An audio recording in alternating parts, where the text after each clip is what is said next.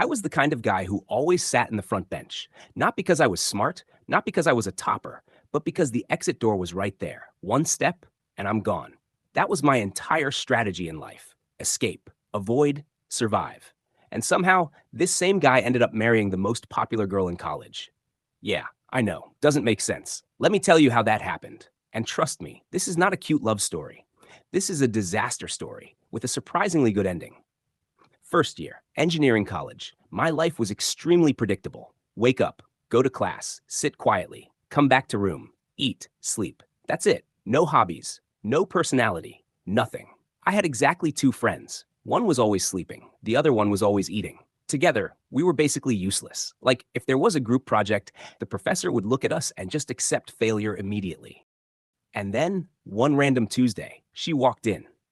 Priya, dance team captain, cultural fest organizer, the kind of person who knows everyone, not just students.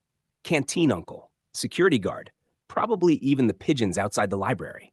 Meanwhile, I didn't even know the name of the guy sitting next to me for 6 months. Now, a normal person would just go talk to her.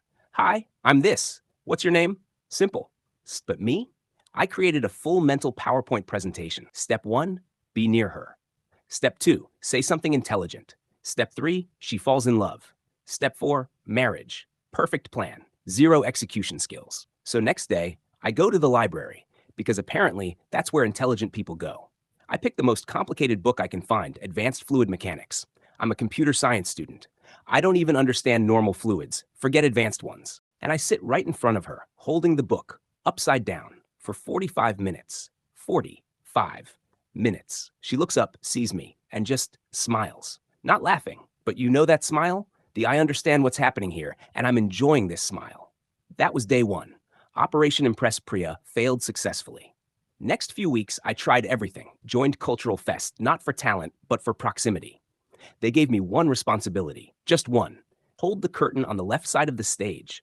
I was not a volunteer. I was infrastructure. Then came the canteen incident. I tried the casually sit near her move, sat down, opened my tiffin, and my sambar just exploded. All over her notes. Full notebook. Gone. She looks at the notebook, then at me, and I say, the sambar is quite runny today. Even now, I don't know how she didn't just leave college permanently after that. And then, completely by accident, I did something right. She was in the library, stressed, searching for a book, couldn't find it. And without thinking, I said, second shelf on the right, third row. She turns, looks at me like I just unlocked a secret level in life. How do you know that? Because I had been sitting in that library every single day, pretending to read fluid mechanics. I knew every book, every shelf, every corner. But obviously I said, I just read a lot. That was the first real conversation. She asked for my number. I gave it, went back to my room, told my sleeping friend. He said nice, and went back to sleep. Fast forward, third year. We're actually friends now, like real friends, talking, walking, studying, and it's time. I'm gonna confess, properly. Rooftop, sunset, full cinematic moment. I go to the rooftop, and she's already there, with a guy, laughing, talking, close, very close. My heart, gone, finished, canceled. I turn to leave, and she calls me. Hey, come. The guy turns around, and he looks exactly like her. Same face, same smile. This is my cousin. I had just emotionally destroyed myself for 45 minutes for her cousin. The cousin looks at me, then at her, then says, oh, is this the library guy you always talk about? I look at her. She looks away. She always talked about me. After he leaves, it's just us, sunset, rooftop, everything I planned, just happening on its own. So I told her everything. The book, the curtain, the Sambar disaster, everything. She listens quietly and then says, I know. I said, what? I know, since first year. When you were reading that book upside down, I knew. Nobody reads like that unless they're trying very hard. She knew, the whole time. So why didn't you say anything? She smiled and said, because watching you try was the most entertaining thing in college. I still don't know if that's romantic or slightly insulting.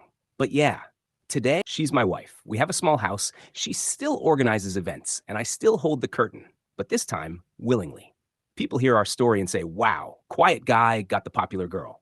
But the real story, it's much simpler. It was just a very patient girl, a very awkward guy, and one upside-down book that somehow started everything. If you're still here, that means this was worth your time. So go ahead, like, subscribe, and I'll see you in the next story.